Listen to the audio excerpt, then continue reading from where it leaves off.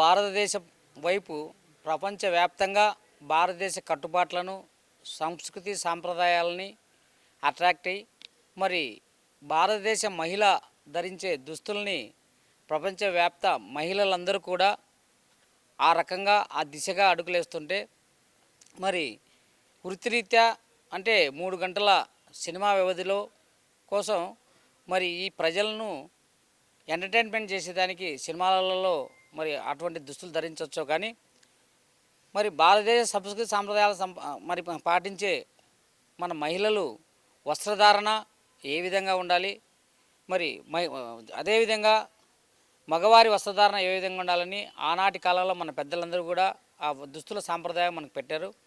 అటువంటి సాంప్రదాయాన్ని విడనాడకండి.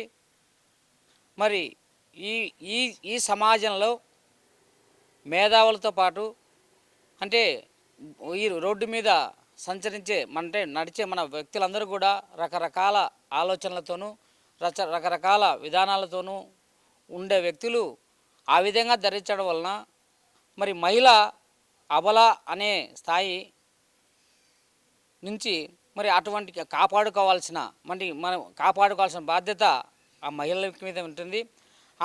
అందుకే మహిళలకు వస్త్రధారణ అనేది మన పెద్దలందరూ కూడా ఒక నిర్దిష్టమైన వస్త్రధారణ మనకు చెప్పడం, మరి దాని కాలగమనంలో కాలక్రమేణా మరి దుస్తులు వస్త్రధారణ చేయడంలో మహిళలు ఫ్యాషన్ పేరుతో తీసుకున్నటువంటి మహిళల ఈ విధానాన్ని శివాజీ గారు తప్పుపట్టడం అంటే తప్పుపట్టలేదు ఆయన.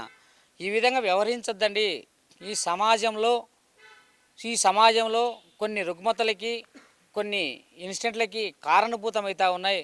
మరి ఆ కారణాలన్నిటికీ ఇటువంటివన్నీ ప్రాబ్లమ్స్ తెస్తూ ఉన్నాయి. అటువంటి ప్రాబ్లమ్స్కి ఎదురు కాకుండా మరి మీ వస్త్రధారణ కొంచెం మా భారతదేశ సాంప్రదాయాలకు అనుగుణంగా ఉండమని చెప్పినాడు తప్ప ఏ ఒక్క స్త్రీని కానీ ఏ ఒక్క వ్యక్తిని కానీ మరి తక్కువ చేసి మాట్లాడింది శివాజీ చెప్పిన వ్యాఖ్యలు మేము ఇంట్లో.